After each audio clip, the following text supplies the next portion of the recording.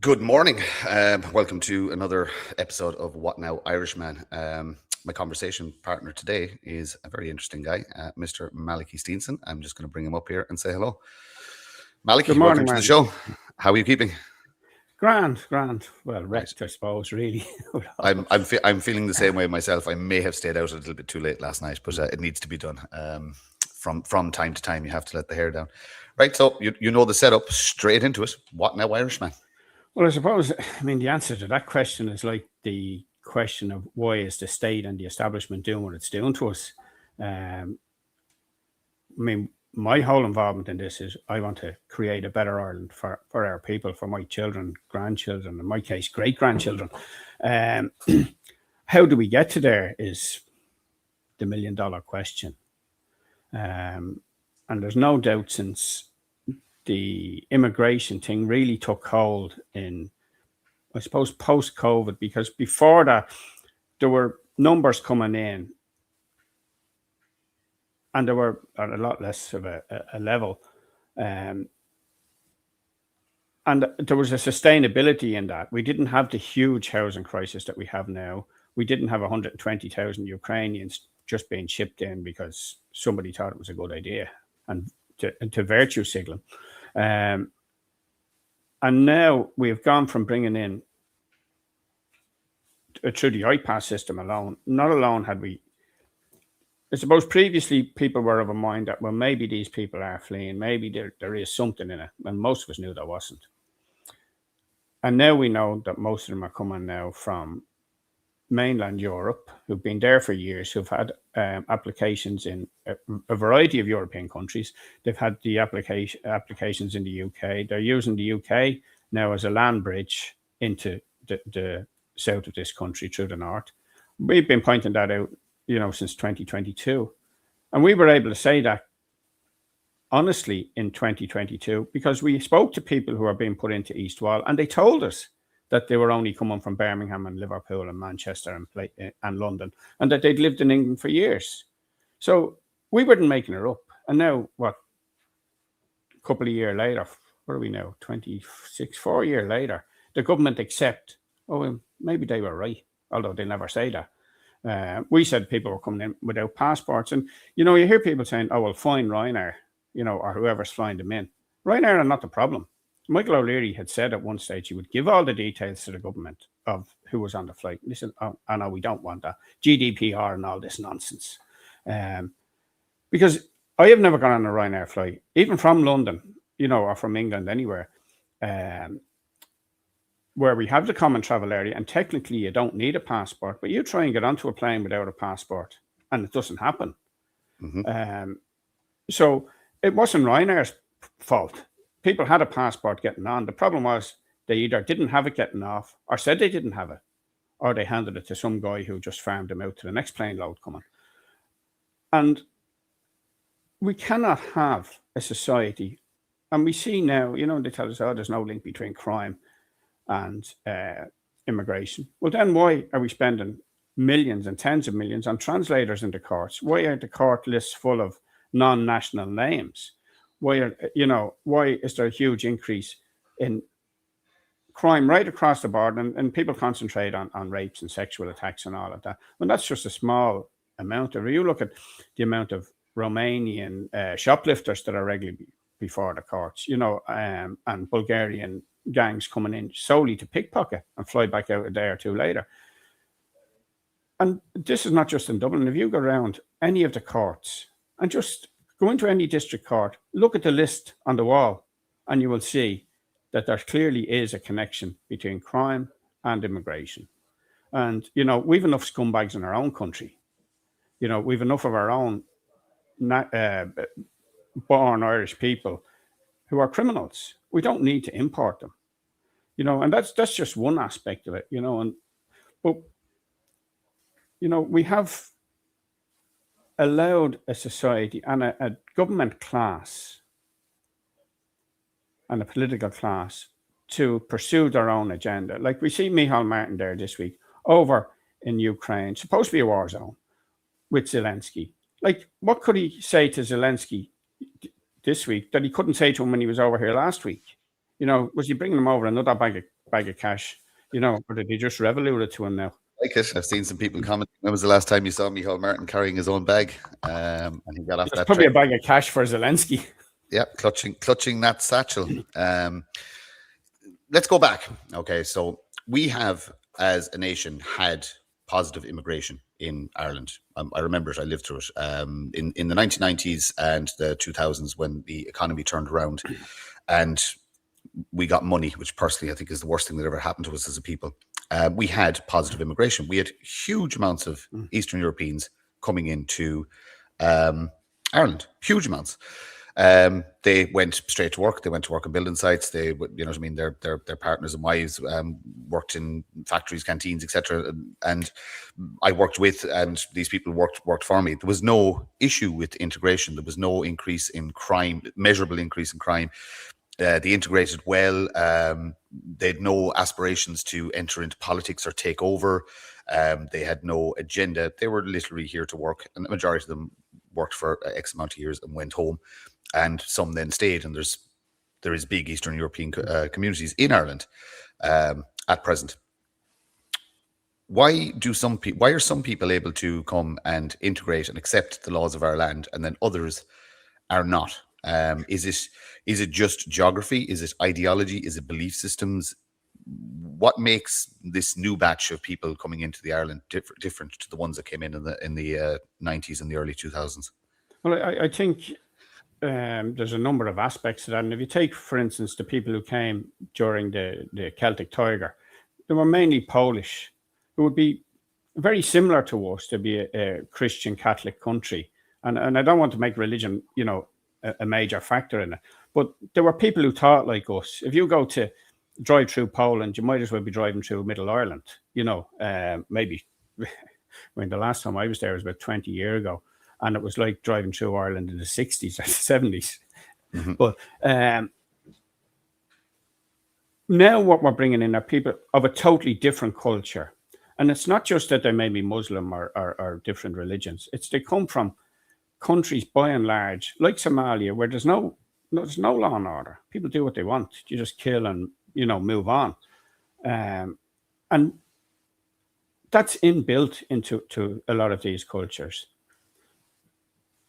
And all they do is bring that over here. And you see, they talk about multiculturalism. Multiculturalism hasn't worked anywhere.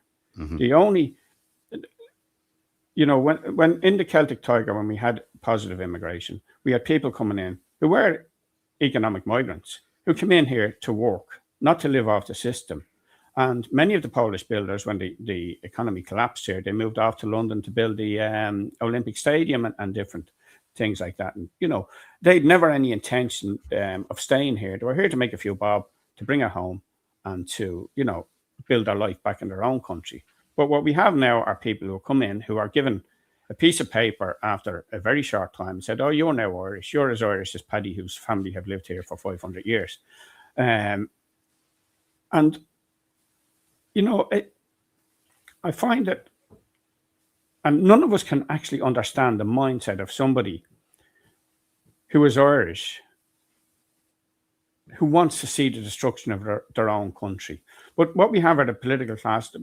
The best comparison, I suppose, you could have with them is that there were Redmondites, and there were people who were opposed to independence for Ireland, in 1916, the Home Rulers. Mm-hmm. And that they've never got over that. And if you look at like both Fianna Fáil and Fine Gael, who've ran this country for over 100 years and who've destroyed it between them, propped up by Labour or whoever. But why did we allow that to happen? Why was there never normal politics in this country? And I think part of that is the unfinished business in the north and the British presence, which meant that an awful lot of people who would have been opposed to what was happening in the south were concentrated on getting the Brits out first and fighting that war in the north. And I would argue that, in fact, they fought the wrong war. The war should have been in the south, and people in the 30s particularly made a decision to contain the war in the north because De Valera basically says, I'll have you all executed. And he did go and execute people, and people forget that. And people forget that De Valera, when he was in power in the 30s, people died, and the 40s, people died on hunger strike. And that's all forgot about, because this state has been very repressive against anybody who has stood up against it. And we've had, since the 1970s, Trotskyism basically making its way into the universities. And people talk about Trotsky. I mean, Trotsky killed more people. Well, not killed more people ultimately than Stalin, but was fully gung-ho for all of the policies that led to the mass extermination of people. That's interesting. So probably the best thing Stalin did was having shot. Let's talk about that, because we do tend to get caught up in history sometimes, and I'm trying my best to look forward and stop looking back. But you have to look back. The reality is that there is communism, Marxism, whatever you want to call it, that never went away. It's the ultimate chameleon. It adapts to different scenarios, and you can go back to the 1960s in what we're experiencing now through the universities. That actually started as affirmative action in the 1960s in the American colleges, and that has bled all over the Western world. And this is where your sort of your left-leaning people before profit, all of these silver spoon want to be Marxists have come from. I believe communism, Marxism, whatever you want to call it, I believe that is the true enemy that we have to fight as a Western civilization. There are other influences. Radical Islam is a problem, but there are also moderates and a la carte Muslims, as I call them, the same as way I'd be a kind of an a la carte Christian, if you know what I mean. They're good. They're good people that don't wish any harm. There is an issue with Israeli influence in the world that just exists, the same as China has influence in the world, the same as America has influence in the world. But that is not what's affecting us on the ground, so to speak. But Marxism, communism that exists in Irish government. There are card-carrying communists sitting in Cllr as we speak. Do you see it as a threat? Do you see it as a problem? And again, I'm asking you because you would have come from, I'm not sure if you still are, but you would have started as a socialist Republican. You know what I mean? You were essentially on the old left, so to speak. Yeah, and you see all those labels now are somewhat meaningless because they've changed them. I mean, I would think that most people in Ireland are a bit socialist and a bit what's now called the right as well. Normal people, like, and you see people on our side, totally condemning, say, socialism. Like, the public health system is a socialist philosophy. The state provide housing for people is socialism. The state providing welfare for people is socialism. But on the other side of that, people want to be able to work and get the benefit of their work, not pay it to continually paying more and more tax to government and getting less and less service. People want, and by and large, the people in Ireland, come from that Judean Christian tradition and want, for want of a better word, to live by the 10 Commandments, kind of, that we have a normal, safe society where people don't have to go out to protect themselves, that the state protects them, that the state ensures that its policies are family orientated and that society is built on the family.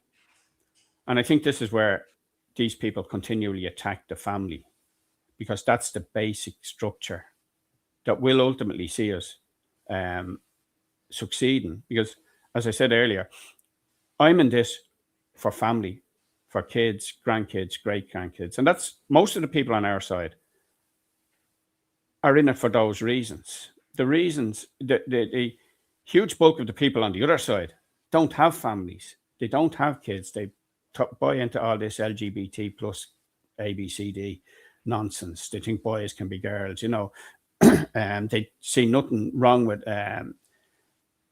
killing a child before it's born or killing your granny when she gets old to get her out of the way. And they're the same people who banged on for the past couple of years about babies being buried in septic tanks in Tuam, when now everybody that's been discovered so far has been in a coffin. And in fact, that it was the council who owned the graveyard, not the nuns. Yeah. But there's this attack the church continually, particularly the Catholic Church, to a lesser extent the Protestant Church, because we don't really have that many Protestants here. But they, you see, and if you look at the people who claim to lead the working class, and the working class, and again, those are kind of names that have no more meaning, because the vast bulk of ordinary, decent people who are trying to buy a house, rear their kids, get their kids educated, hope that their kids can buy a house of their own and move on and not be stuck with them for life, because that's not the way it should be.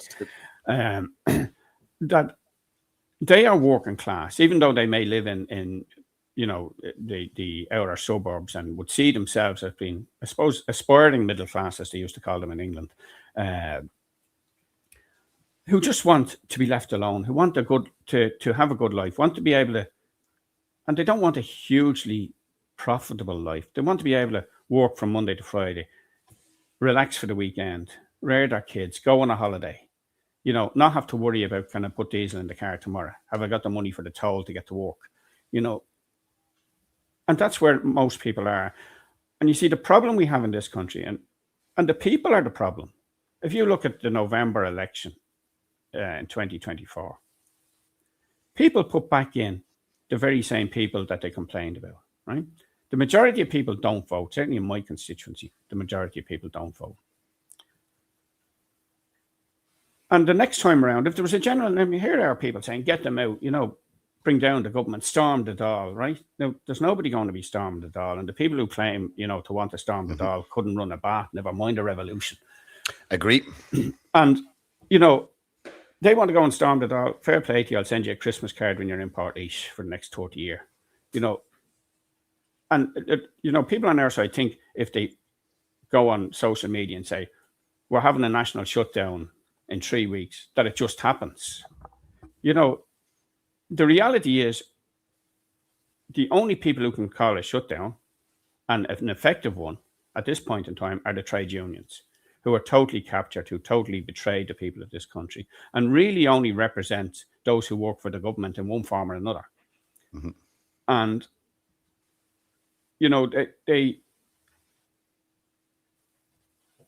people, because of social media and everything is instant on it, they believe that these things just happen.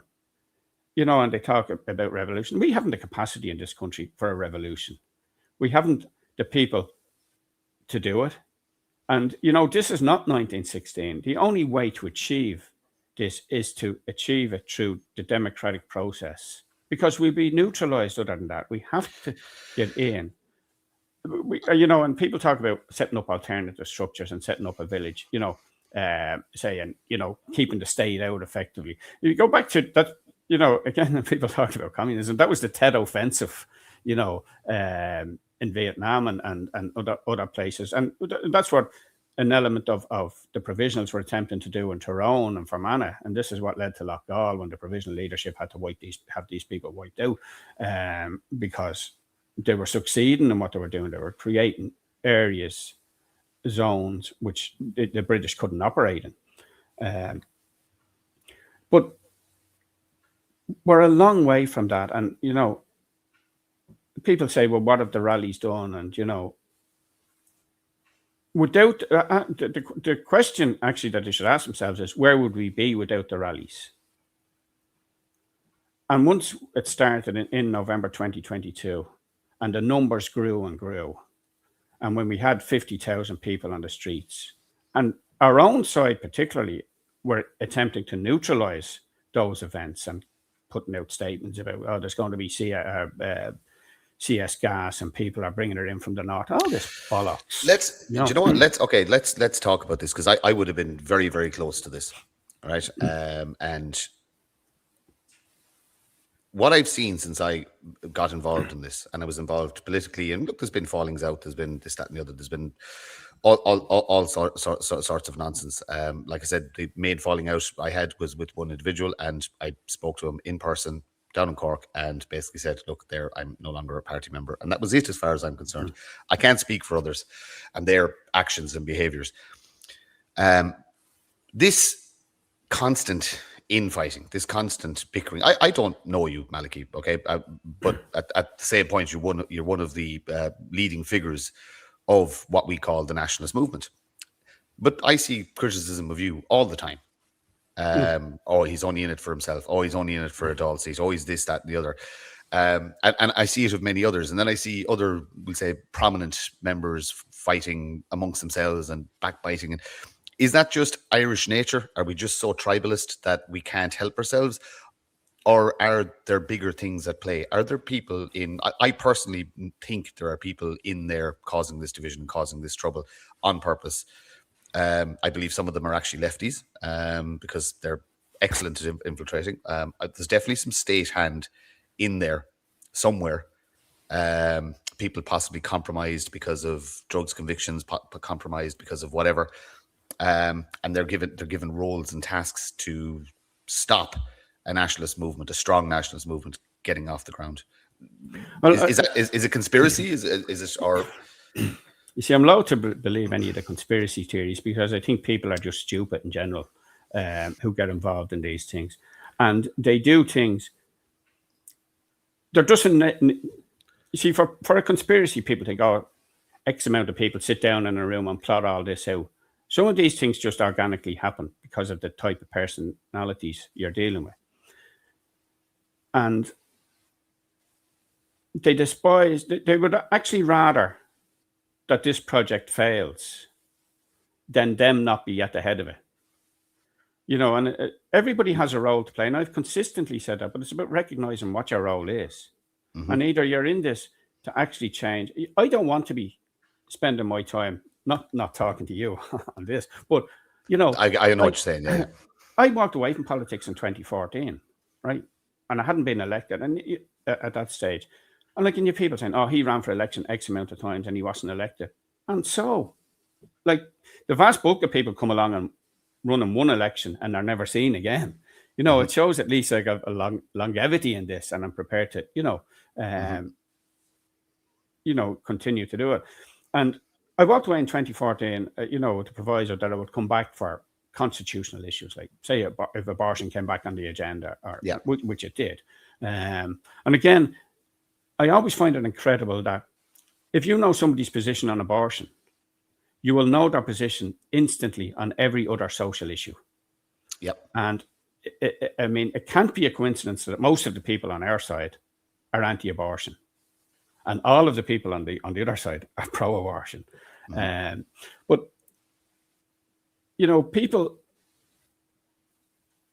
don't have to be agents of the state. They can be agents of influence. It doesn't mean the cops are coming, or the government and paying people to do things. But what I do know, and I got this from sources within the government itself, that the April rally with 50,000 people at it rattled them. They were seriously concerned. And it can't be a coincidence that since that, all of the major accounts on our side on social media won't post anything from me, won't share anything we put up, won't promote any other rallies we had, and continually bitch about me. Is it a coincidence? I don't know. If you look at the actions in the Dublin Central particularly, and the bringing in of an individual from Spain to run in a general election, a man who had no interest in politics prior to that. And one version is he'd no interest. I would say that he did have an interest in that. They already had put, his organisation had already put Jonathan Dowdall into the provisionals, and he was elected a councillor. And ultimately Dowdall then went down for the waterboarding a guy that was trying to buy a motorbike off him, and was also charged, obviously, in relation to the Regency, and then turned state's evidence against the other individual. And then, you see, you don't need a conspiracy where the end result is that in the general election, Marie Sherlock from Labour, who have no support whatsoever in the constituency, Labour haven't had a TD there since Joe Costello. And the end result was that Sherlock took the seat, which is what I predicted earlier in the day, because he was never going to get the transfers. The only one he'd get transfers from was me. The left will always vote all the way down on their own. They vote to keep people out rather than to get people in. And our people, I mean, even I remember being at the local election count in 2024 as well. And candidates who were standing didn't even understand the electoral process and how transfers worked. Now that says an awful lot about the education system, but it also says an awful lot about the people standing for election, that they didn't even have a basic understanding of how the election works. And we hear people saying, oh, they rigged the election. They don't need to rig the election, because the people who vote are the people, by and large, who work in the public sector, work for an NGO, work directly for the government, who have a vested interest in the situation staying as it is, because they're getting a good living. We have exactly what you said there. I ran in local elections in Tipperary for one reason and one reason only, to learn about the election process. That was it. I knew I had no chance of getting in, but I had to do it because I didn't understand politics. I didn't understand how it worked. I didn't understand what you had to do. So I went out and I did it, and went through the process, went through the counts. Obviously, look, it's a good stepping stone to get a bit of radio, get on local radio and get the papers and stuff like that, and you can move your talking points. But your first run out is your learning run. You need to learn how the system works. You need to learn who you need to speak to, who you need to reach out to. I went out on again, it would have been an anti-immigration. I went out on national issues as opposed to local issues. And again, you learn that's actually a mistake. If you want to get into local council, you cannot go out on national issues. You have to go out on literally the street lights, the potholes, the local things that people care about. But like you said earlier, a lot of people are kind of one and done, and that's it. We have a cohort on our side that are encouraging people to deregister. We have a cohort on our side that are encouraging people to blame everything on legal and this, that, and the other. And look, you know what? Novel ideas. I spoke to some of these people, but at the end of the day, people do need to realise that votes are being imported into this country for a reason. Yeah. Fianna Fáil, Fine Gael do not want to be in power. Sinn Féin, I think, don't actually ever want to be in power. I think they're very, very happy in the opposition. They're very, very happy taking the money. And I don't think Sinn Féin genuinely want to be in charge, because it's too much hassle. I think that Sinn Féin, in fact, do want to be in power. I think the Trotskyite left never want to be in power because they're not actually able for power. They want to be able to bitch about other people making the decisions and, grow their thing on that. But Sinn Féin, you see, want to be in power so that they can say that they affect the government and the whole island. And it's all optics with them. And, they talk about housing down here, for instance, and yet the housing crisis in West Belfast particularly has got much, much worse under the rule of Stormont, under the rule of the provisionals, than it was before, and they're losing support in the north, just as they are here. And I have no doubt that had Sinn Féin in the south come out in support of the immigration protests in 2022, then they would have been in power in 2024. I don't believe they'll ever be in power. I think the next government will be now Fine Gael, Fianna Fáil and the Soc Dems. And that's what the media are creating. This is why every time you look at a politics programme across mainstream media, you will have somebody from the Soc Dems on it. Yeah. Which in a sense is probably not that bad, because the minor party has always been destroyed. The Greens, you know what I mean? The Soc Dems getting into bed with Fianna Fáil and Fine Gael, that's it. They're done and dusted. They'll get their 4 years. Yeah, but if you take Labour, anytime they've gone in, they've been destroyed. The Greens, the last time. Now the Greens are being revived, although much of that revival on that floating vote will, I think, go to the Soc Dems next time around. Because, like, the Soc Dems are, actually, I think they're more dangerous than the Greens actually were. It's you can have green communism, you can have purple communism, you can have red communism, but it's all communism. But you see, I don't think that these people, particularly in the Soc Dems, are either communists or capitalists or anything. They're just opportunists. If you look at my constituency now, we have 2 Soc Dem TDs, right? One won the by-election.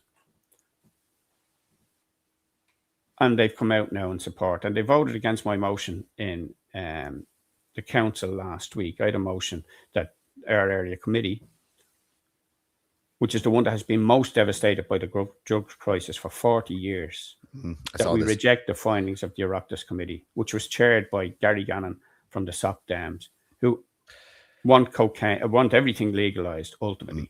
And I mean, questions have to be asked: what's Gary Gannon's personal interest in having drugs legalised or decriminalised? I personally believe that everybody working for the state should be drug tested once per month. I don't, whether you're a council worker all the way up to a TD or the charge. I think everybody should be drug tested. There's two things I will agree with you on, and there's two things I will support you on. I've said it publicly. We don't align 100% politically, but we're close enough on a majority of ideas. But there's two things that I will fight tooth and nail with you on. Number one is abortion. 100%. I've always been anti-abortion. There are other solutions, and it is murder. Simple as that. You're murdering a human. The other one is drugs. I am extremely anti-drugs. I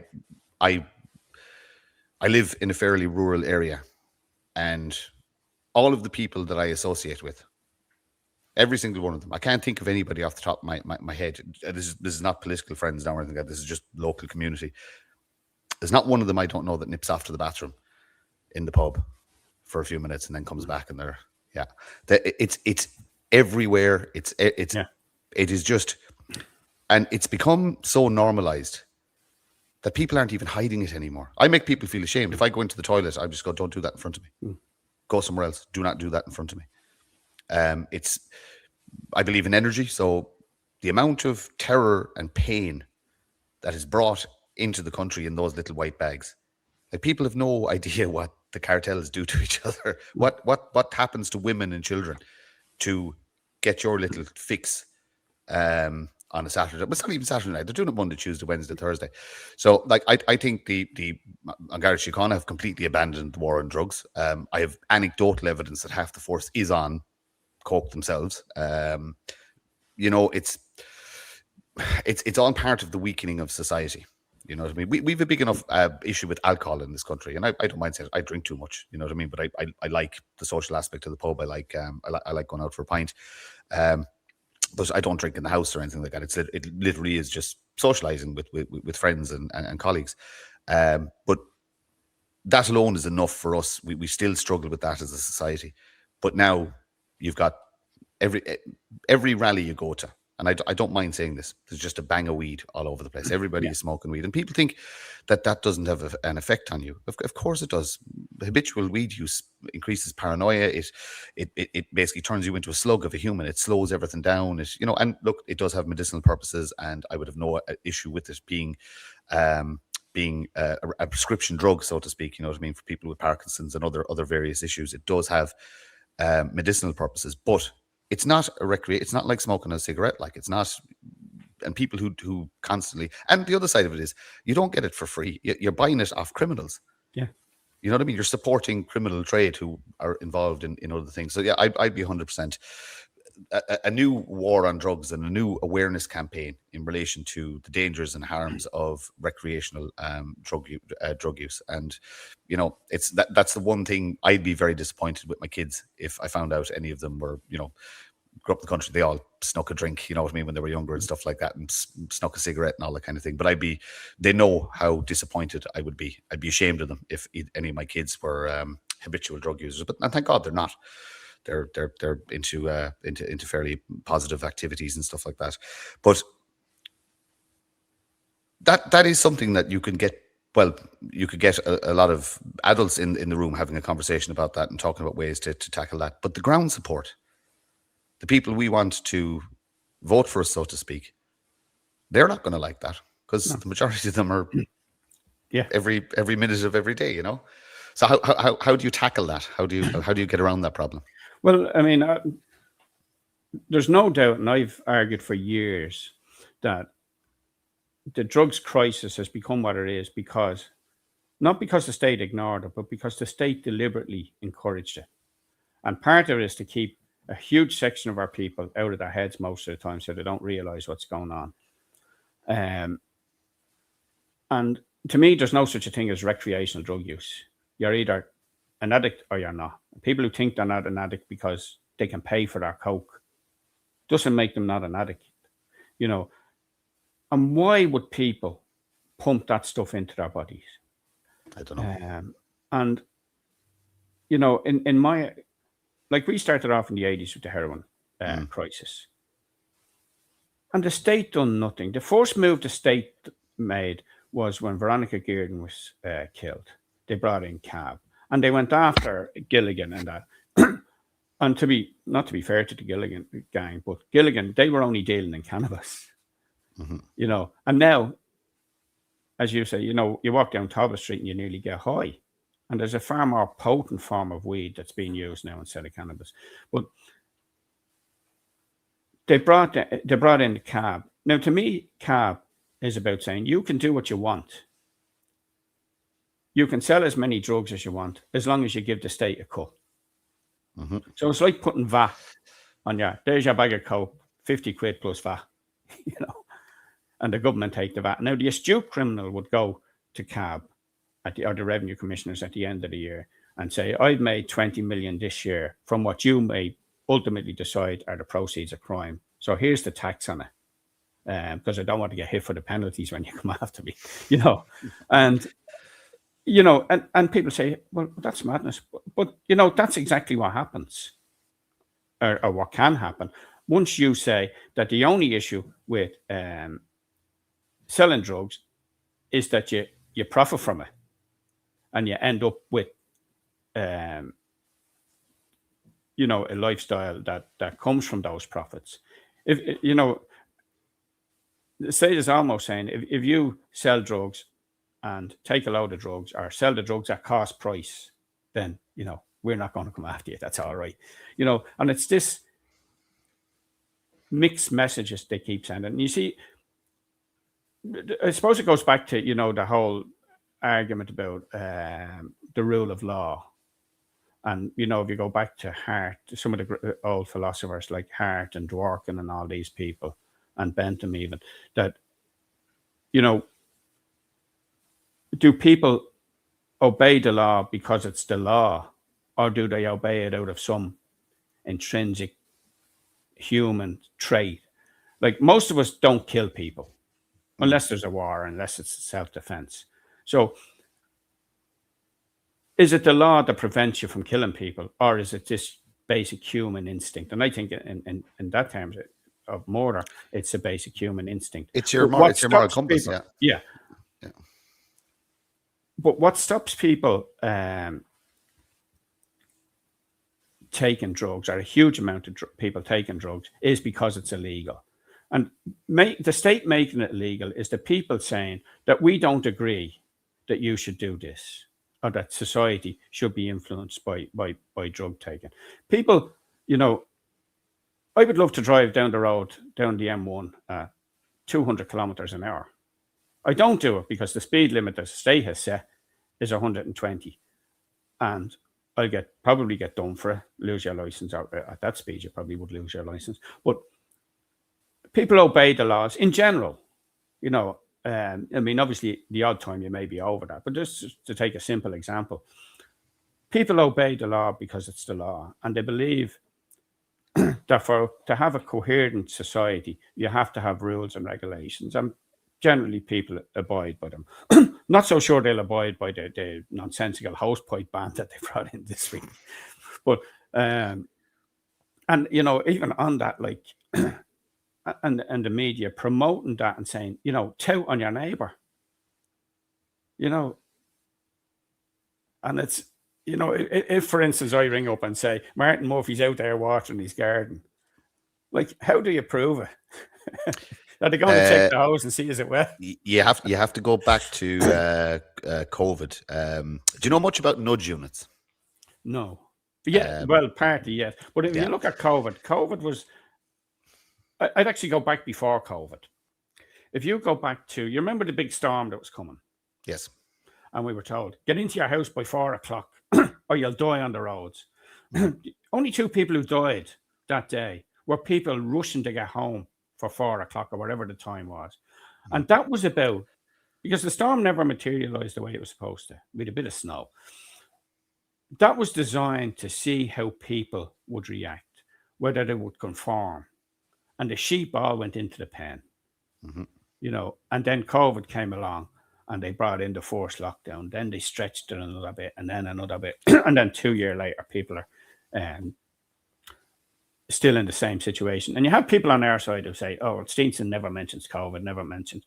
The thing in politics, I mean, you have to move at the same speed as the people. I mean, Carl Goulding had a saying that in terms of the officials, that they were right, but they were right too early.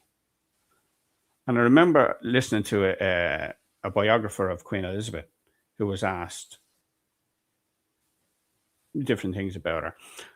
And he said that he asked her one time why she moved so slowly to come on to any position. And she said, I can only move as fast as the slowest of my subjects. And that you have to bring the people with you, And we were doing that, in April when we had 50,000 people. And then attempts were put out then to destroy that. And clearly the numbers have gone down since. But, the numbers will go up and down depending on what the actual issue is at the time. If you look at the success of the Spoil Your Vote campaign, which we initiated in Omeath way before anybody, and that was well on the way. And then you have carpetbaggers coming in then and claiming that it's their campaign, and the media promoting those particular people rather than actually promoting the people who created it in the first place. And that's done deliberately, because ultimately all these people will be bought off. They all just want to be part of the system. And the one thing I've shown in my whole career, and I'm 63 this year, and I'm involved in politics since my youngest day, that, I've shown that I can't be compromised, that I can't be bought off, that I will continue to say, and this is when people say, well, you've been in different groupings, but I'm saying the same thing. It's those groupings have changed their position. And that's why I'm no longer a member of them, because it's always been on policy. And there's none of those organizations that I could be a member of now, because I disagree fundamentally with them on an awful lot of things. And like my position, and people can go back through, long before the internet and all of that. And my positions have been continual. And they've always been for what I would say is the betterment of the Irish people, and that we run this country, which is one of the things that I keep saying, that we should have a country that's run for the benefit of its own people. Now, it doesn't have to be me running. I'd be happy enough if somebody else was actually doing it, and I could go off and sail me yacht as the left told me to go and do, and stuff like that. But our biggest problem is the detractors on our own side, Yep. And I don't get involved in much of that nonsense, and even, programs that you're on yourself there on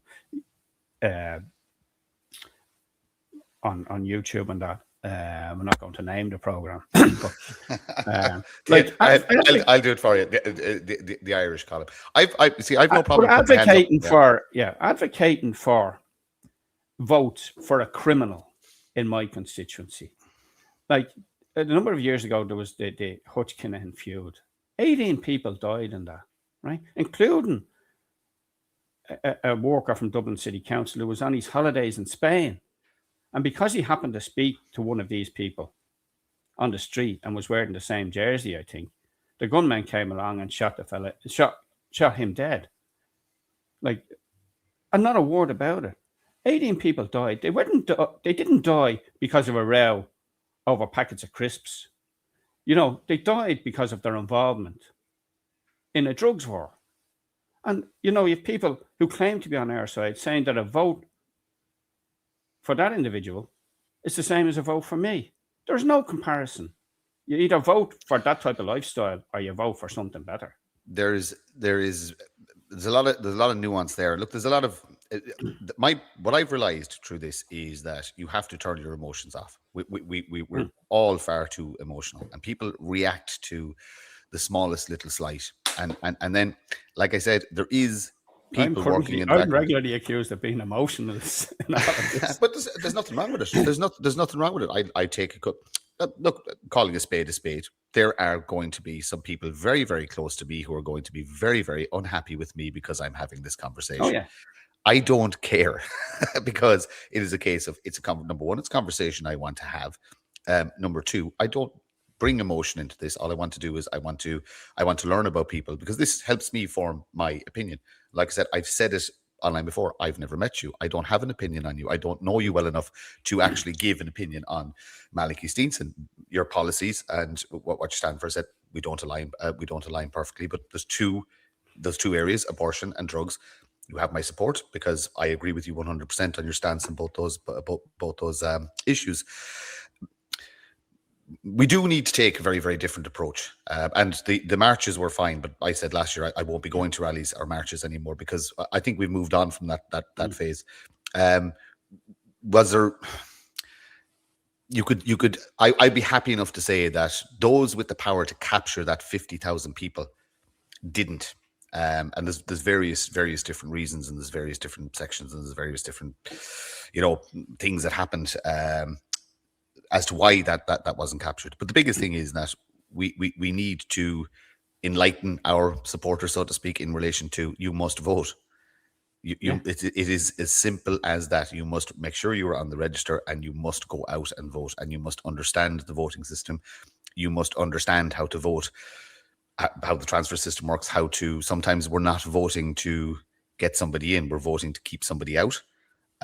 You know that there's an awful, like, if you told me that somebody in the nationalist community was going setting up seminars and to teach people about the electoral system, I'd be the first person to sign up for it, to go and sit and listen. And it's these kind of things that we need to be doing, rather than just the flag waving and the shouting and the online stuff.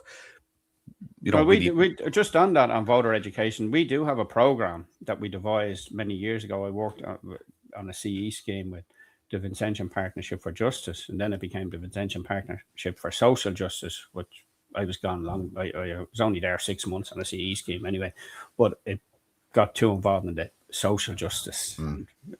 But I have that program there, which we developed and brought out into communities. Now, I can't see it having any, certainly it was well received when we delivered it, but I'm not so sure how it ultimately translated into whether people bother to go and vote. You need to do these things as the election is coming up. But people, it should be part of the education system. Absolutely. And there's a reason it's not.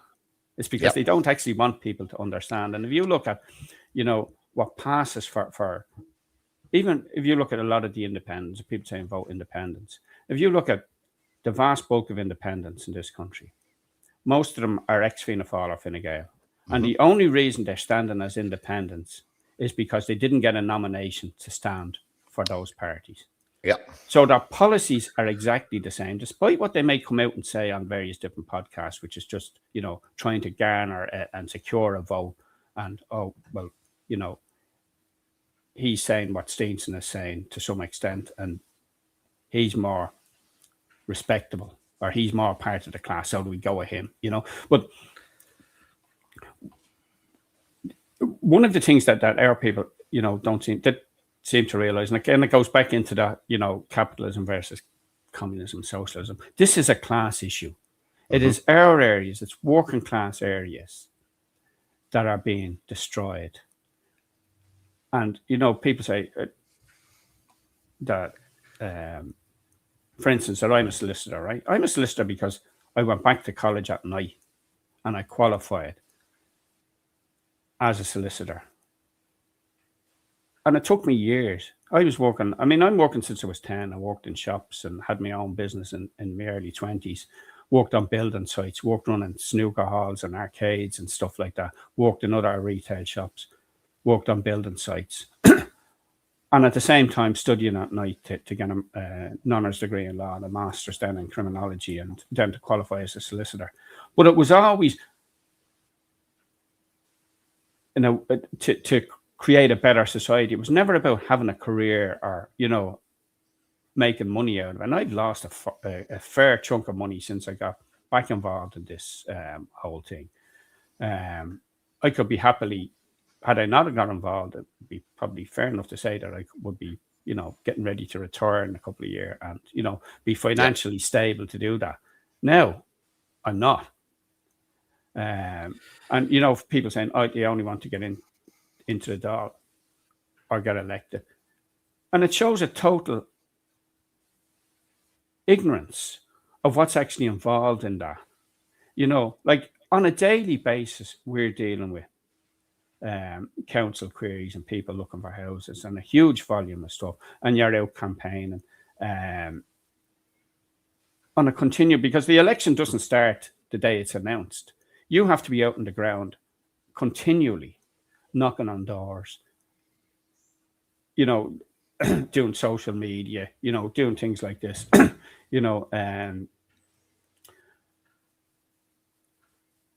and people think, I mean, in the local elections, there's people who thought that just by putting their name on a ballot paper, that was the same as being elected. And they couldn't understand why they weren't elected. And some of them who are nearly elected, now blame me for them not being elected, when I don't even know these people. I barely had a conversation with them. I think, some of them, I just think, to finish, just on Yeah. that, and I'm not going to use people's names and that. There's people, and as my son says to me, somebody has to sit down and actually make this stuff up before they type it, and some of the stuff that people put out about me is simply incredible. And any check on Google without anything else will show the lies. But you asked about malign influence and that. There are people out there who, from day one, have been integrating themselves with various different people. Now, ultimately, some of those people saw through this guy. And his sole objective from the very beginning was to bring me down. Now, is he an agent? I think he's actually too stupid to be an agent. But he lives in his own Waltham Midi world and portrays himself as a former senior provisional and all of that, when he was really just a bit player, And so there are people working continually against us. And these would claim to be people who don't support the state and people who want to bring down the state on one hand, yet they concentrate their efforts on stopping people who have the potential to do it, and I don't know what. It's very bizarre. And look, because I at a point was involved in it, everything that I've been involved in. It's all about learning. You're learning. I had no interest in politics. I was like you. I started very, very young, so my kids are reared now. I had a very, very comfortable job. I worked in senior management. I was financially comfortable. Mortgage was nearly paid. Everything was hunky-dory. All I had to do was keep my head down for a couple of years, and I would have been fine. I would have hit, say, the next level up in the management, and then I would have been set for life. It would have been just a case of, Jesus, just turn up in the office and that's it. Yeah. Make sure the accounts balance at the end of the month, and that would have been it. Unfortunately, I'm an idiot and I couldn't keep my mouth shut. And now I have actually regressed back to the point where I now do manual labor again, because it's safe work. I can say and do what I want, because I don't have to worry about company protocols or social media policies or anything like that. So I'm basically have dirt under my fingernails now. I slog and sweat and my back is broken, but I'm completely free. I can say what I want. I can talk to who I want. I can voice whatever opinion I want. Now, that cost me a lot. Cost me emotionally. Cost me financially. It's still the right thing to do. But you see, most people are not prepared to do the right thing because they're concerned about all of those things. They're concerned about having to pay their mortgage, which is a huge problem. You can't blame people. And, people were being told, particularly if you worked for an NGO, and I don't know many people who agree with us, but who couldn't go on a rally because if they were seen on a rally, their job is gone. And for the state, and you see, it's not so much that the state has to overtly say these things. The groupthink allows people to just automatically fall in to whatever the current groupthink is. Now, if you look at, for instance, there's a good example there, and I think John McGurk originally wrote about this, that if you go into a school or a building, and the first thing you see is a pride flag, right? That sends a subliminal message. If you go into a building and the first thing you see is a tricolour, that sends a totally different message, again, subliminally. One, the pride flag says, we're conformists, we agree with the state, we'll do everything that state tells us to do, right? No matter how nonsensical it is. If you see a tricolour, you'll see in your own mind that that's people who support this nation and who are probably opposed to the state and will stand up. So, and you see, you have the whole indoctrination process. This is why you go into school and you'll see the pride flag flying outside, right? You'll see, you go into any council buildings, you go into Leinster House and the window was painted in the pride colours. You know, everywhere you go. And how is it that one, and it doesn't matter what people think of the various issues around all the LGBT plus stuff, why has that one flag and that one issue the one that dominates everything? If you listen to some on the left, they can't open their mouth without mentioning diversity and LGBT, no matter what the issue is. You know, that's the continual thing that they harp on about. And you know, when you're talking to some of these people, and this is not and of course we've been called homophobic and all of that. Now I have friends who are gay and lesbian, and you know, doesn't bother me at all, and they'll tell you that I couldn't give a damn what you are, as long as you know, if you're a nice bloke. And you know, you touched on the people that stopped talking to you after this. But I done the interview with Tay and Mercer there a while ago. If you remember that one, did you see that? Yeah, I saw clips. And the vitriol and pitchiness from our side, you know, that I would sit down and talk to anybody.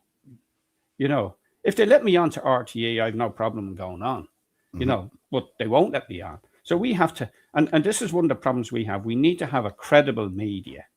You know, we need to have, and I know people like you and others are trying to build that. People like Eddie Hobbs and that are trying to do it as well. But, you know, we have to have a media that appeals to ordinary people. We don't need to convince our own people. We need to convince the other people. Yeah. And if you have a putting out a radio program or a online program, and the language that you use, you know, is full of, you know, get them out, the racism tropes. No, but not even that. But the tone of the language, like fuck this, fuck that, you know, and that turns ordinary people off. You have a very small window to capture people, and once they hear any of that, they say, you know, they want. And this goes back to if you're representing people in Leinster House, you should look like you respect the people you're representing. You should be dressed in a suit, short and tie, you know. And this all started with Tony Gregory, you know, not wearing a tie because I'm one of the workers. You know, Tony Gregory was a school teacher, right? And Tony Gregory, and you know, with school teachers, they get Dáil leave, which means that you're still employed as a teacher. So you still get the salary, but they deduct the hours that this person who replaces you works, right? So you still end up getting most of the money because they don't get the job. They don't get the holiday or pension entitlements. You still get those. And this was going on for decades. I didn't know about that. And the Kenny, why do you think there's so many teachers in the Dáil? Joe Costello, Tony Gregory, you know, and they're all for optics. You know, if you look at the dress sense now in Leinster House, it's a disgrace. And particularly on the left. And it's because those people actually don't respect their constituents. You know, if I'm going into court for somebody, you know, you have to have a shirt and tie if you're in court in any event. But they don't want somebody going in jeans and a T-shirt. You know, you have to have the confidence, and the people who you're representing have to have that confidence. And I think they see somebody who actually looks the part. I remember years ago saying to people, you know, when I was involved in a different aspect of things, let's say, for instance. And fellas would be, let's say they were moving a car that they didn't own. And they would look like they didn't own it. So automatically that's a red flag. So there was always, drumming into people. If you're doing something, whether it's driving a car or whatever, look like you should be there. If you're driving a top of the range car or a what would have been standard rep cars in those days, like Cortinas and stuff like that, look like you're a sales rep, not that you're Johnny after falling out of the pub. Do you have you ever heard of the power of the high vis vest? Yeah, and you can do anything with those. Yeah, absolutely. High vis vest and a pair of boots, and if you happen to have a hard hat with you as well, you can pretty much go anywhere, and you'll get very far before you're questioned, before anybody will question you. Many years ago, when people would be monitoring people and checking their movements and all, the easiest thing was to do was to get lift up a telecom manhole and have two fellas in yellow vests with, one of those little tents around it. And sure, everybody assumed you were supposed to be there. Yeah. And that all seems to be lost now because nobody actually has the intel. Well, I'm sure there are people doing those things now who do have a bit of intelligence, but you should always look the part you're supposed to be playing, and we've gone away from that. Do you think we've lost men used to just wear suits? That was it. Men used to just wear suits. You went to the bog to do the turf. You were still wearing a shirt. My father-in-law was a plumber, and he always wore a shirt and tie going to work in a suit. Yeah, like I call him the golden plumber. But I like a waistcoat. I love a nice shirt and a waistcoat. Whenever I'm out in public, if I'm going to an event or something like that, I will have, especially this time of year, it'll be a shirt and a waistcoat. You know what I mean? If it's a case of it's slightly colder, I'll wear a sports coat and a nice pair of pants and a nice pair of shoes. Regardless of what you're doing, whether it's a marathon, you should look your best. You should look presentable. You should look like somebody that is, again, supposed to be there, but again, somebody that people will, listen to. It's a case of if you put a guy in a tracksuit and a guy in a suit standing beside each other, the guy in the suit can be the worst scumbag you've ever met in your entire life, but you're still more likely to go and talk to him than you are to the guy in the tracksuit. And you're more likely to believe him. Yeah, so optics is important. I was on a space there next quite recently, and I said, and I have no problem saying it, that the nationalist movement or conservative movement, right wing, whatever you want to call it, has some absolutely fantastic people. It really does. It has the absolute best people. But collectively, we're idiots. Collectively, we operate like a very, very low IQ grouping or organization. I have no idea how to fix that. I have no idea how to remedy that. I have no idea how to get people to work together, or stop all the nonsense, or stop all the bickering, and stop all the back channel chats. And how do you bring people together? Like, I know some of the people that you work with despise me, and I'm kind of going, well, why? What have I done to you that would make you despise me? Some of them don't even know me, but they absolutely hate my guts, and I don't know why. If you know what I mean. And then I have another thing as well, is that have the conversation with me, come and talk to me. These same people will not open dialogue or will not have a conversation. Or will not. I have great respect for you for doing this, having this conversation, because again, I know a lot of the stuff that's said in the backgrounds, and the people I associate with, and I know the people you associate with, etc., etc. But although some of those people that I'm accused of associating with, I don't even know. So yeah, there's and we had the whole thing there, where I was sending out Rottweilers to attack various different people. One of the individuals I met twice. The other individual I know, but only through the protests. So sending out, these people had personal rows with people. Nothing to do with me. Guilt by association, unfortunately, is something that exists. But in fact, I'm not even associated with them. I know, yeah, but it doesn't matter whoever tells the best lie wins. Yeah, it's as simple as that. And you see, if you tell a big enough lie, long enough, it becomes the truth. Yeah. Look, I accept all this. I literally don't make opinions on anybody anymore. I better go, when I've broke bread with a man, I'll give you my opinion on him. It's as simple as that. Or when I've had a long form conversation with him, I'll give you my opinion on him. Like we had the whole thing, and I meet anybody when the IFP thing and the Ferguson meeting, you know, like that shouldn't have really become public, but it did. And I meet a lot of people, you know, that are not out in the pub. They know that the meeting doesn't go out into the public because that's the way things have to be done. And, you know, I was being accused of being involved in writing a dossier, and I have never seen that dossier. And, you know, they create a name like a dossier. Any political party or anybody, any group sitting down to meet X, Y, and Z will say, well, what do we know about this guy? Now, because somebody typed it up apparently into it, like I would say that that's just normal stuff. Now, I have never seen that dossier. That's again, you're. And again, I never responded to any of that. There was such high emotion, and again, this is the thing I've had to learn is you have to take emotion out of it. Yeah.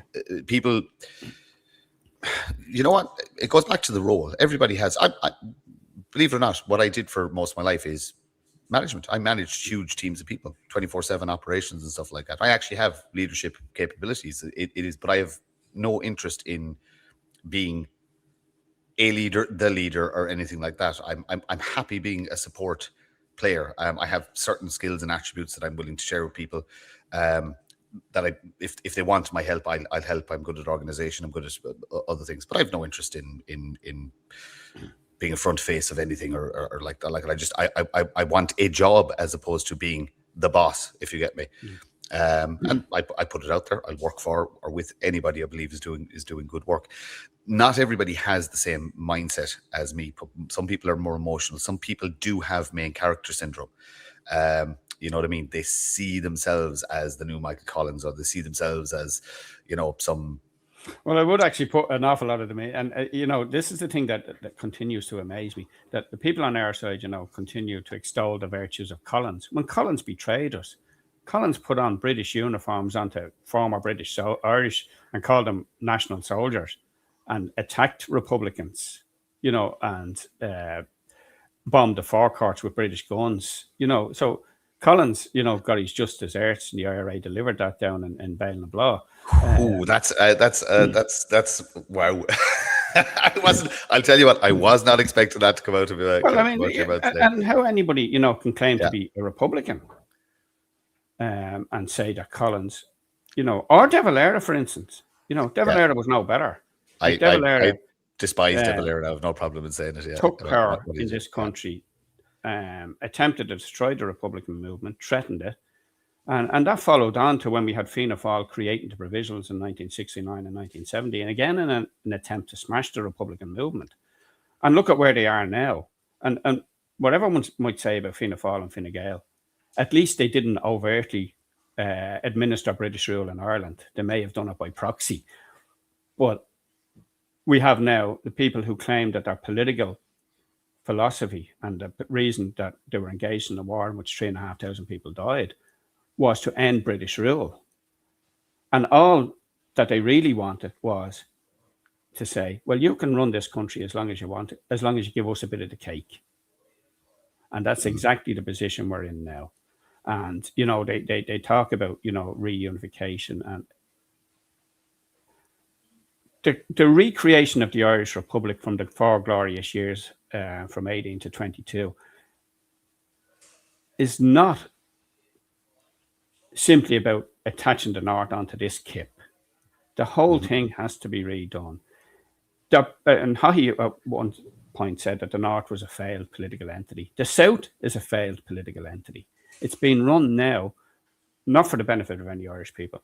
And ultimately, with the importation and the granting of citizenship to people who have no affinity with this country, who can't even speak English, never mind Irish, is not going to deliver a vote for a united Ireland, you know. And, you know, I've been involved, as I said, all of my life. My parents, my grandparents. And the situation is now far worse than it was when my grandmother, for instance, joined Cummin in 1914 at its creation in Wynn's Hotel. She was in the Citizens' Army. My grandfather was in the Volunteers. And when they went out in 16 and then again in 18 and then again in 22,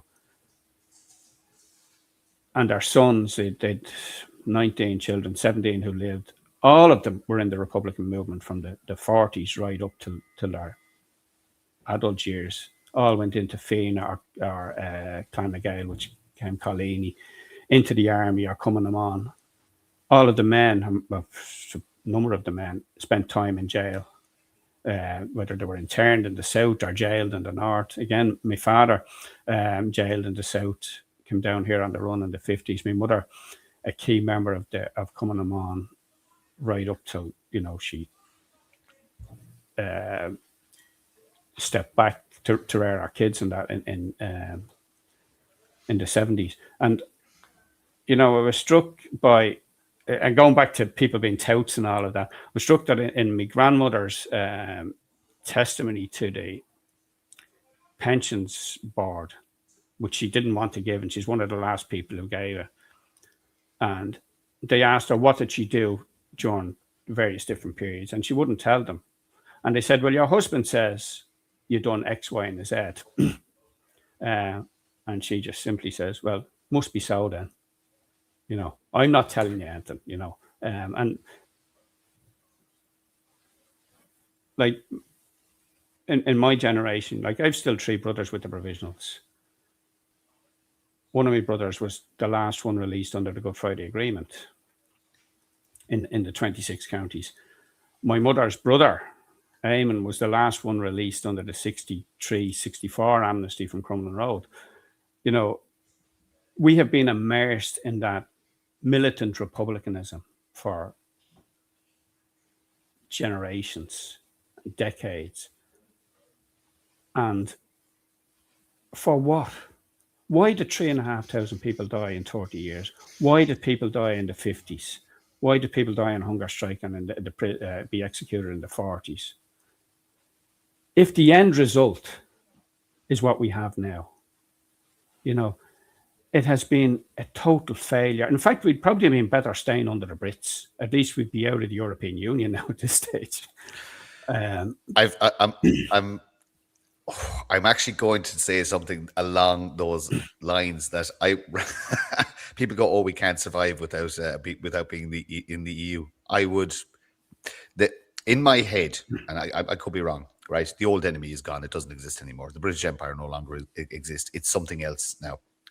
We've globalist issues, which may have always been. And it's a far more dangerous empire that we're involved in now. Yes, and it's a far more controlling empire. Yes, I would peg.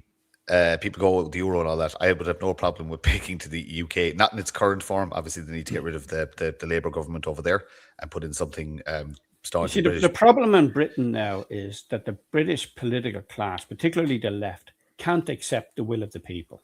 Mm-hmm. The people voted to leave the European Union, and Labour particularly, and elements of the Tory party, have done their damnedest to make sure, and as has every other European country, particularly Ireland, has done their damnedest to make sure that Brexit doesn't work. Because if Brexit works, then the whole project is over.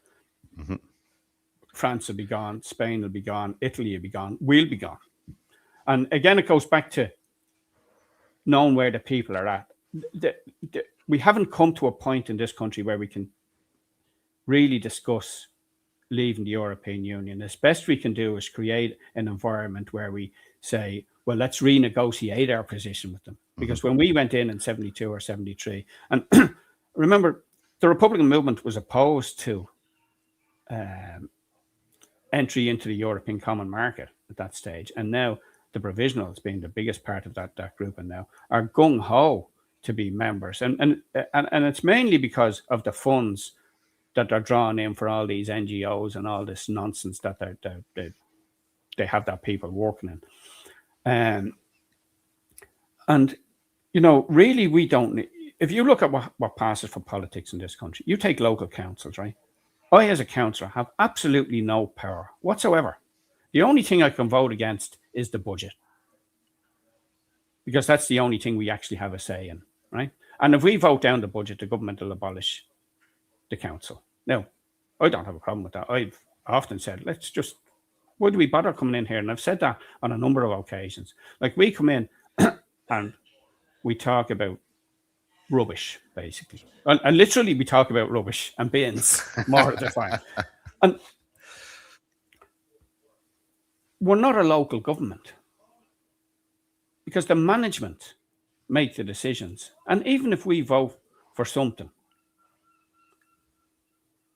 tomorrow, the management will just ignore it if they don't want to do it. And, you know, we have to remove that whole level where we're the people who are accountable, because we can be unelected the next time. And yet the people who actually make the decisions just rise up the ranks, because it's impossible to get sacked in the civil service or the public service in this country. And you just move up, you know. And then if you move that up to national level, the bulk of laws implemented in this country come from Europe. So we can't even say that the Dáil is a legislature, because they just rubber stamp European legislation. And any of the stuff that they do bring forward themselves is utterly nonsense and crap, you know, brought in mainly by the left. Like, we had the thing about fox hunting down there. Now, fox hunting, I'm sure, is popular enough down where you are. Nobody in Dublin Central has ever mentioned to me fox hunting, and they couldn't give a damn about it, right? There would be a few fellas who go out ferreting and that, and, you know, there'd be a small enough number of them. But the left and the establishment gets convulsed on things like this. And I find it incredible that you want to treat animals better than you treat children, born or unborn. You know, because the logic of their position on drugs is to go home and give your kid a needle. Is it?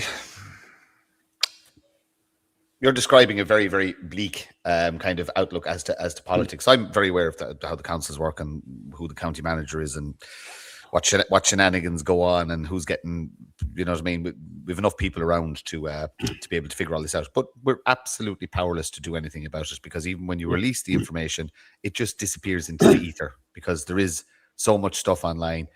There's no such thing as a scandal anymore. You know what I mean? There really isn't. And at least in Britain, if somebody is involved in a scandal, a politician, they'll be gone within a couple of days. Here, you don't even hear about the scandal. You know, and when there are scandals around very senior politicians in this country, and when they're dead, these things will come out. And they have risen, some of them, to the highest offices in the land. And, you know, people will be shocked. How do you defeat that? How do you as an individual, and we can all only do a limited amount of stuff, but like, what does one individual do to fight against such a massively corrupt, massively dysfunctional system that is completely unaccountable, completely untouchable? We can't kill them. That's the truth. We can't. You know what I mean? As you said, there's no capacity, nor should there be, because that is your very, very, very last. I don't know. Do you know the passage about the men who wanted to be left alone? It's a wonderful, wonderful passage. You should look it up sometime. But it basically says that when you get to that point, you are committing suicide. You are giving up everything you were going to be. You're giving up your life, your family, your everything, and there's no coming back from it. You know what I mean? And even if you win, you're not the same person. You know what I mean? No, you've and I mean, even on giving your life, like, I've often been all through my political career involved in things where, you know, it was a given, I suppose, you know, that you may not survive this whole thing. And, you know, I accepted that a long time ago. And indeed, during the local and European elections, some guy came, he's in jail now. I'm not sure he's still in. Oh, yeah, right. Yeah, you know, and as my son said to him, you know, you're not the first to come and try and kill me, Dad, but because of your incompetence, you probably won't be the last. You know, but, you know, that's the way it is. And, you know, many people have given their lives or spent their lives in prison in order to create a better society. And the fact that some of us are still prepared to do that, however reluctantly, because I have better things to be doing, as has everybody. But my intention and my vision would be, this is not going to be solved in my lifetime, or certainly in my productive lifetime. So it's about us creating and almost keeping the flame lit and making that initial breakthrough so that others can follow, and that the younger people then, and we have, I mean, you see, none of this is me. I mean, I'm just the front guy, and like, I have a team of people who work and who are all committed to the same thing, and we don't get involved in the crap that goes on around the place. I'm just the figurehead, or the front of house guy, the guy who brings you to your table in the restaurant. And we need to develop intelligent people behind us, people who have a belief in this country and who are not, in a sense, TikTok sensations or social media creations, whose sole focus is on getting clickbait and being big. And when we put up any posts and all that, and you get some things, they'll come with the analytics and they say, look, there was 100,000 likes on that, but how many of them are in Ireland? How many of them are in Dublin Central? That's all I'm concerned about. If you're outside of Dublin Central, you can't vote for us. Now, obviously, if you're in Ireland, you can, vote for somebody else. But I thought, and I said that we wanted somebody credible to stand in every constituency. And now we're 3 years at most out from the next general election. Next local election's 2.5 years. And we don't have that. We have people who think that they can wander out the week before the election and put their name down and say, I'm standing and everybody should stand behind me. People need to be out on the ground now. The local elections are where, you need to make the breakthrough first. Right?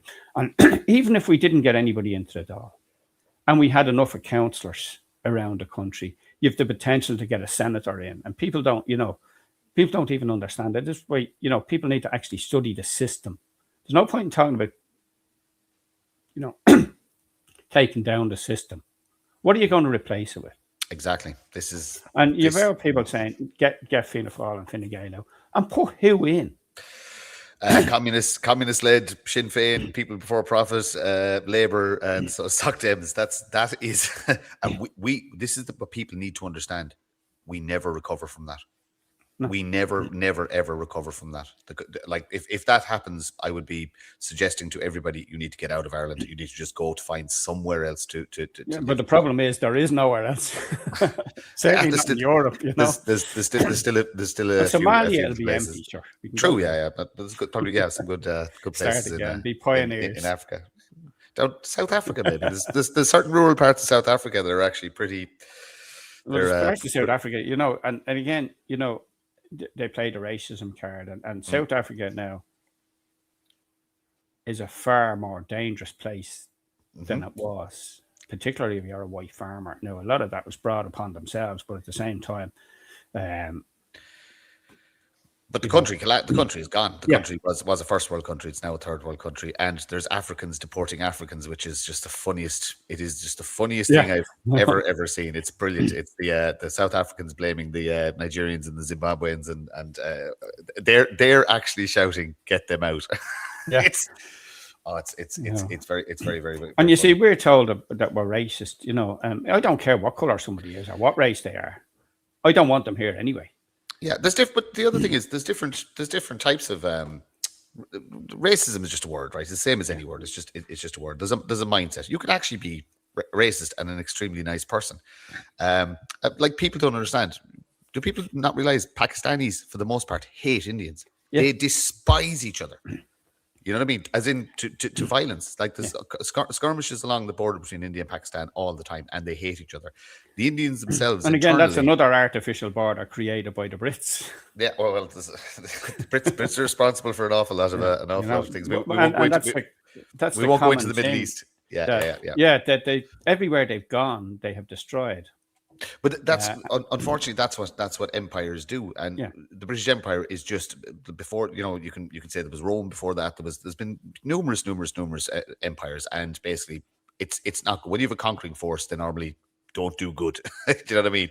They're normally going to create harm, take all your stuff, impose their views and their beliefs on you, subjugate you, and I've read some very interesting stuff that the reason Europe wants to destroy Ireland is because we never really bowed as a people. We were never broken. From the Vikings to the Normans to the British, the fire was never ever put out, and the fight never ever stops. Like, think of how many risings there's been. But if you look at them, I agree and I disagree. There's always been people who have kept the flame lit, and that's the position we're in now almost. But this thing that the fighting Irish and all of this, the Irish have never been a fighting race. It's always been a very small minority of people who have actually stood up. If you go back to 1798, United Irishmen, Robert Emmet, it was always, even 1916, a very small group of people who have took it upon themselves to free Ireland. And remember, when the leaders and the people were being taken away in 16, the people of Dublin were spitting at them and throwing tomatoes at them, and the Irish people, just as they're following the current philosophy of the government and the state, when they see us on the winning side, they will back us. And I mean, what turned the revolution in 16 was the execution of the leaders.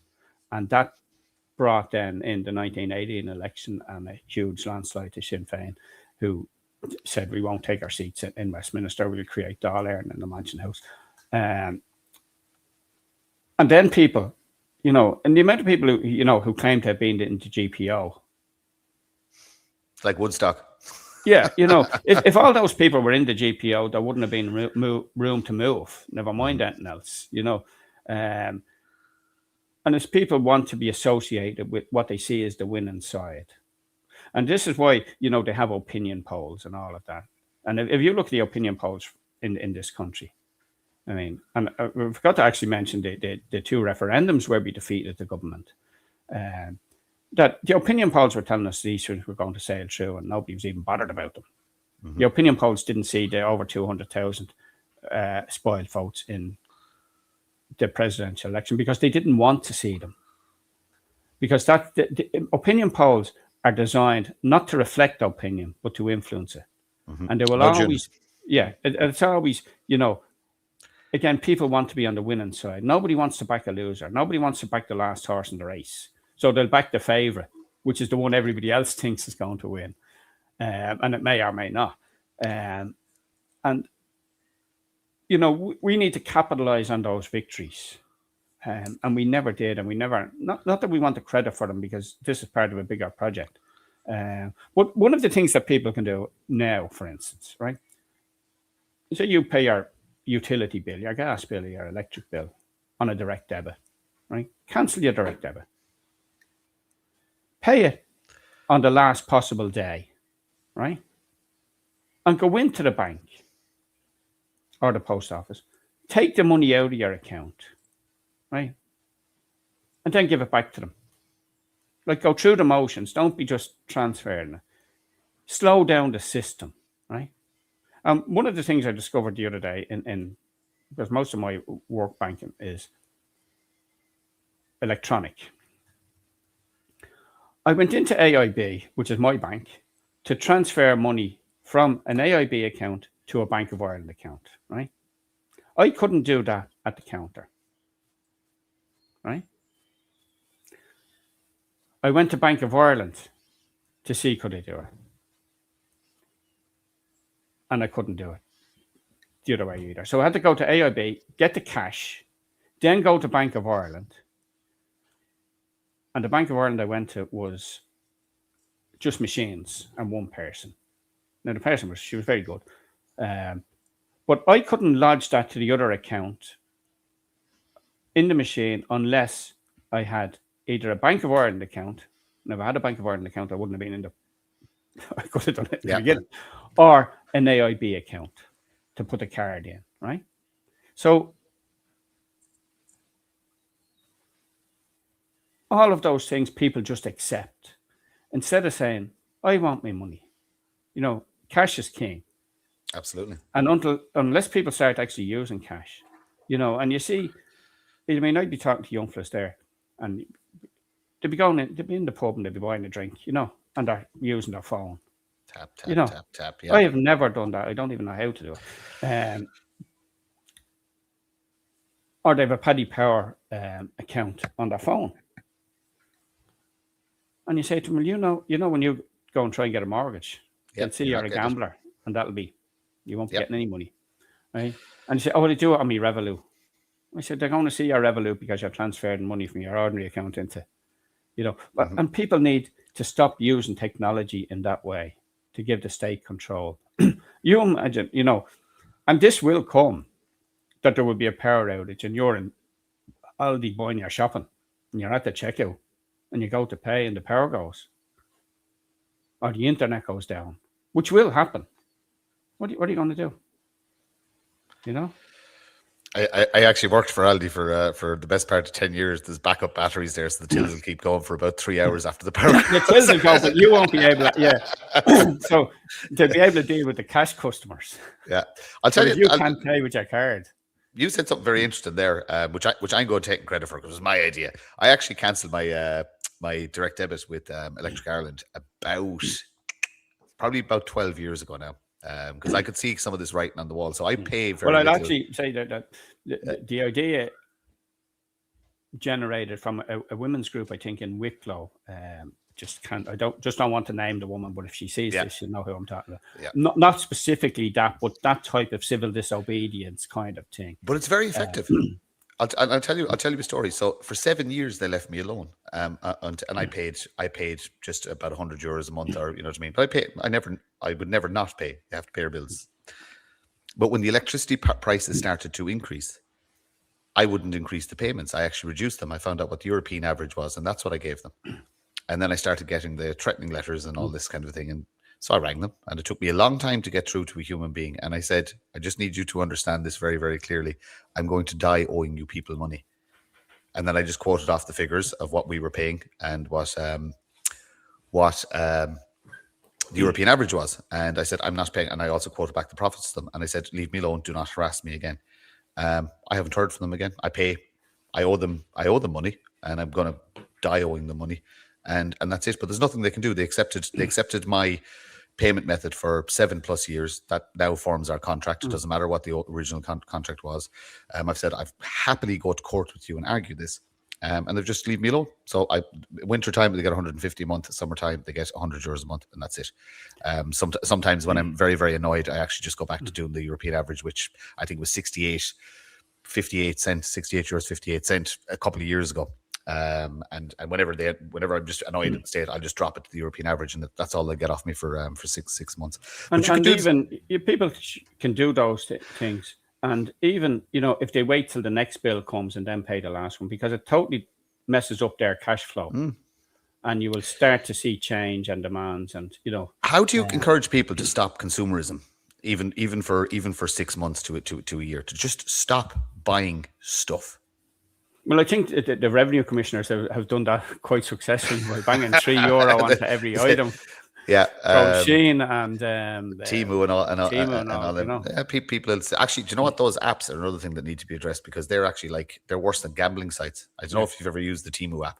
I stopped, but they keep sending me emails telling me I've qualified for something. I have never been on that site at all.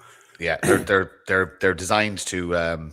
It's the same as a gambling site. It's about a dopamine hit. You know what I mean? You buy, if you spend this much, you get free things, and just spend 2 more and you get this free thing and stuff like that. So I had to get rid of it off my phone, because, like I said, it was there. This is akin to gambling. I don't gamble. I have no Paddy Power account. I don't go to the bookies. I just don't. It's not, again, something that I want any part of. Anyway, somebody at the door there. No, I'll let you go. We're hitting an hour and a half, which is kind of in and around the time we cut off. Look, I always ask people to kind of finish on a positive. I don't like to go away on a negative. And it was great. Look, these are just rambling conversations. That's why they're so enjoyable and why I enjoy them. And it allows me to get to know people as well. Finish on a positive. Like we 3 years till the next local elections. You know what I mean? Do we make gains? Do we, you know? Yeah, we will make gains if people are prepared to put in the work and get out now and start campaigning. And you can see various different people around the country who are actually doing that. And you need to be on the doors. We are not going to win this on social media. We are going to win this by changing hearts and minds, by having conversations at doors with people. You know, and if I compare, say, when we were knocking on doors in 2024 in the local and European elections, and if I compare that to the by-election, the reaction is totally different. And you can see that between the local elections, or the general election and the by-election, my percentage went up to 10%, which in a 4-seater is on the way to a C. But people need to start looking at who are actually on the ground, who's working, and who's prepared to engage with people, and, you know, try and move this forward, because we have a very short window. And, you know, if people want to make change and get change, well, it's in their own power and their own hands to do so. If they don't, they can just sit and bitch on a computer, you know, and talk to Johnny in Texas, how he's going to save Ireland or whatever. You know, but get out. This can be done, you know, but people have to be prepared to put in the work. And me and my team, or my team and I, are doing that on a continual basis. And I think that, you know, we have shown that persistent hard work does give results. And that's why that's why I'm not on RTE. That's why I'm not on Virgin, is because they are afraid of the message. They're not afraid of me per se, but they're afraid of somebody who can actually articulate the message and appear to be normal and not a headbanger. And, you know, I may be what would you call it? Very forceful, for want of a better word, in what I say. And, you know, that message should resonate with people. And, you know, I mean, one of the things that are in this is that you're out somewhere and some random person who you never met before will come up to you and shake your hand. Like I was last night when I rang you earlier, I was at Nathan Carter's concert in Swords with one of my granddaughters. And this random guy just comes up, you know, can I have a photograph of you? Same later on, another guy, you know. So it's those little interactions that people, the people who don't support you will just spit at you or, you know, ignore you and wish you weren't there. But the people who do agree with you and appreciate what you're doing and watch you and continue, even if it's people just continuing to share, you know, our message and get it out there. Again, it goes back to what Bobby Sands said. Everybody has a role to play, you know, and you need to find what your role is. And you need to accept that that's what your role is. And that this is part of a bigger operation, that it's about saving this country. It's not about me. If I was gone tomorrow, I hope there's somebody there to take my place. And that's what we're, you know, because in this business, you could be gone tomorrow, whether that's by natural means or unnatural, you know. So we need for people to be prepared to stand up and, you know, not be bitching about other people on the sidelines. And, you know, and I mean, we called a meeting after the last rally and there was no agenda to it. There was nobody was excluded. You know, we said, if you feel you should come to this meeting, then contact us. And a number of people, including yourself, and then couldn't make it in the end. But other people who, you know, just didn't bother turning up or didn't even bother responding and sit out there saying, you know, we're the leaders of this. Now, a lot of those people, you have to sort out the wheat from the chaff. A lot of those people you wouldn't want anywhere near anything, you know. And then, you know, we were told by, again, an online channel that X was there and X chaired the meeting. Total crap. No, the individual they mentioned was there, but he was there just like anybody else. My son shared it, and one of our team. So, and there was no agenda. It was whatever people wanted to discuss to see if we could find any way forward. And I'd sit and talk to anybody about that. But people have to be realistic and know where they sit. And, it's not about launching new parties. It's not about, changing the name of parties or bringing out a new party this week and another one next week and claiming to have thousands and thousands of members. Well, if you have, if these people have all these members, then go ahead. I'll wander off, but, and you don't know whether sometimes these people are just talking to themselves or they're in a very small bubble. Small bubbles. And again, I've been guilty of it myself. Small bubbles exist and your echo chambers exist, and you do start to believe that, oh yeah, we have all the solutions, when we don't. I'm a tiny cog in a massive machine, and I always say the same lines over and over again because I want people to understand what I am and what I'm trying to achieve. And again, I'm a tiny cog who just it's wants like a clock. When you have a clock, I mean, you can have a big cog, but if you haven't got a little cog, nothing happens. All the cogs exactly have to work together. And people need to realize that. Yeah, everybody can't be a general as well. There are just ground soldiers, and I'm happy with that role. I'm happy with. I like to use the tools of the enemy. That's what I like to do. I like to nudge. I like to plant ideas. I like to push ideas in people's heads and let them run with it. And we just need to get smarter. You know what I mean? And unfortunately, the smartest of us have found it very difficult to sit in a room together for whatever reasons. People would think that I'm this overt kind of very confident and I am confident, obviously, but I was always a very shy. I'd be the guy down the back saying nothing, just listening, and and I was never one who wanted that public persona, because I came from a militant Republican background, whereas your left hand didn't know what your right hand was doing, and certainly the guy beside you, unless he was actually with you, didn't know what you're doing. So I come from that mindset where I will have all these things running around in my head and planning, and then that would be shared with a very small group, and then we would bring it out, and these things develop. But I would work and we would work very much in that revolutionary mindset that we're building something that will achieve success sometime, and that it's not necessary for it to be in the public arena. Like before social media, none of these things would have been in the public arena.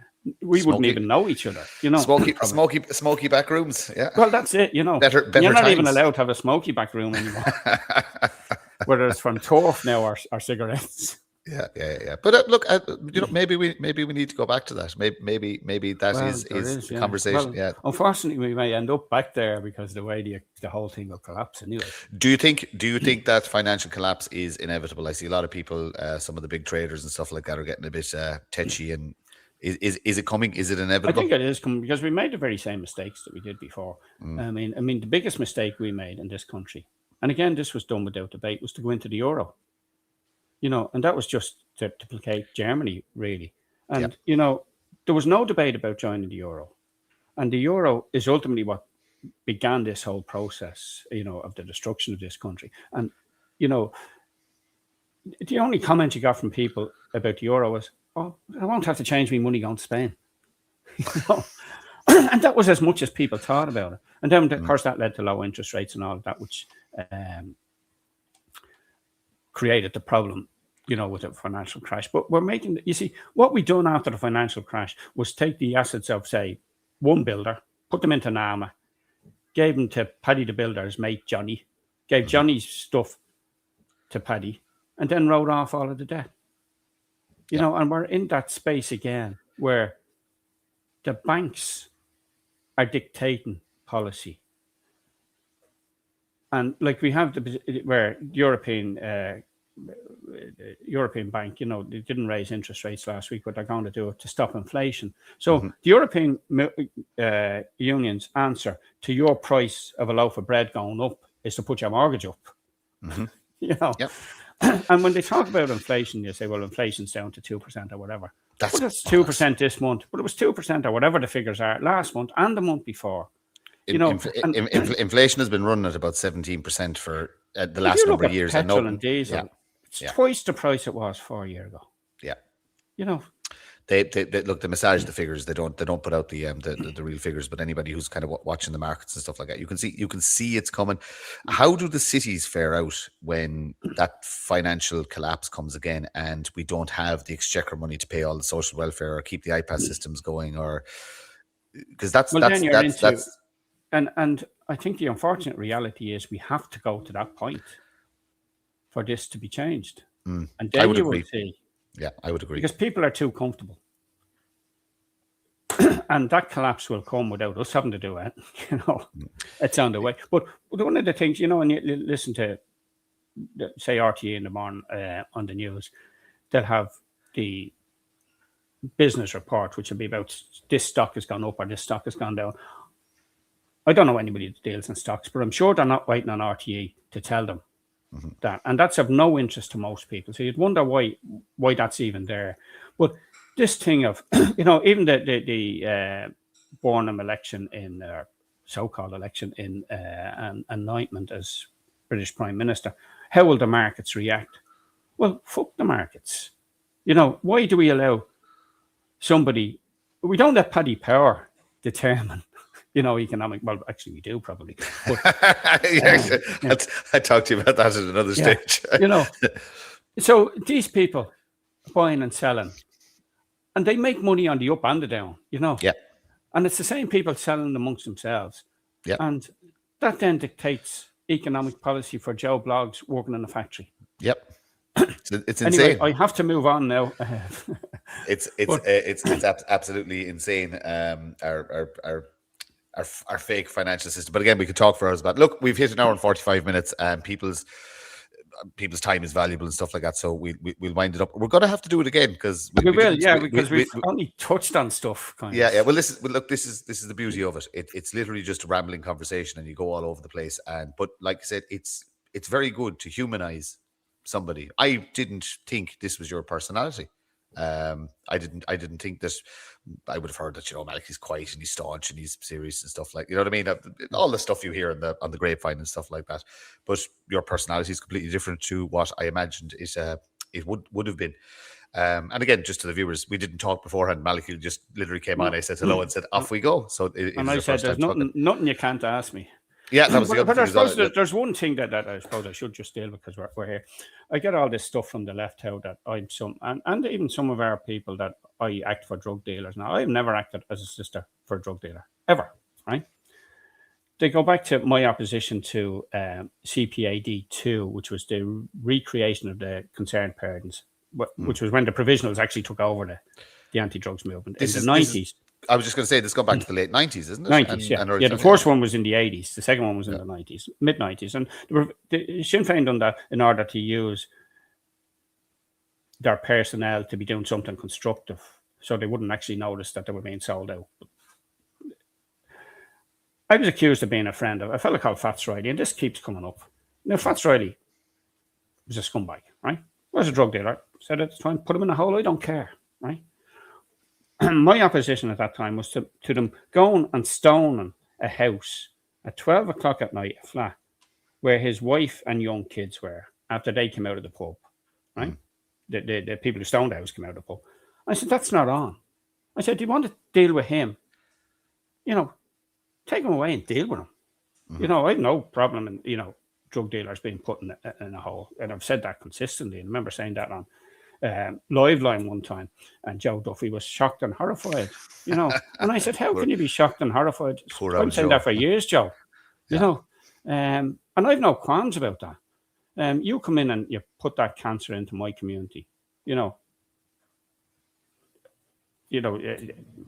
when they start killing themselves, justice must be served in relation to communal harm. Yeah, it's as simple as that. And if the state... The same with paedophiles and that. I mean, in Ireland, we put paedophiles into Arbor Hill. I say, put them into the Joy, Put them into the general population, and I have pay that price. You know, I have a thought in relation to that, and again, we might discuss it next time. That so look, pedophiles exist, right? Personally, I don't believe it can be cured. I believe that these people are too dangerous to be allowed in society. That's my stance. I don't care. and the left's position is we should rehabilitate them, and that they're normal members, and it's just another deviation. They're not. They should. You know. But we had a paedophile problem in the Catholic Church. The paedophiles infiltrated the Catholic Church because that's what they do. They look for positions of power, etc., etc. I firmly believe our political class, our media class, that's right. True. Yeah. I think they're all still sitting. They're sitting there. They just switched. They went. The church isn't a tool anymore. Now we'll go into politics. And this is. I believe there's so many of our political class and senior civil servants are compromised. And it's why it's so easy for them to sell out the country, because somebody's got their hard drive or their fingerprints, or they've just got something on them somewhere. It's the same in the States. It's the same with, you know, it's. Yeah, I'd be all for death penalty. I've no issue with actually. Yeah. I mean, maybe that's a debate we should have. Actually, should we bring back the death penalty? I do think so. We'll save that for the next time. Yeah. Well, but you know what? It's again, but that would be a fantastic political debate, as in 4 speakers up in a state. You know, we're doing this 1-to-1 now. There should be talks. Rent out a hall, invite people in. 4 good speakers having a debate, having a conversation about things like this. Your old town hall meeting, if you know what I mean. But on a specific topic, record it, put it out there, let the audience come. No tickets, no charges, no nothing like that. Just literally. You know, rent hall. Well, that's one of the things that we are trying to work on. The drugs decriminalisation, maybe the first one we go with on that particular trend. You know, so yeah, that'd be brilliant. It'd be absolutely fantastic. And then again, you're doing it locally. You're doing it in your community. You're getting your people in, your potential voters and stuff like that. And again, you know, it's another topic rather than just immigration, rather than just, you know, government failings and stuff like that. There's an awful lot of other stuff that you can touch people and reach out to people on, whether it be disability, drugs, homelessness.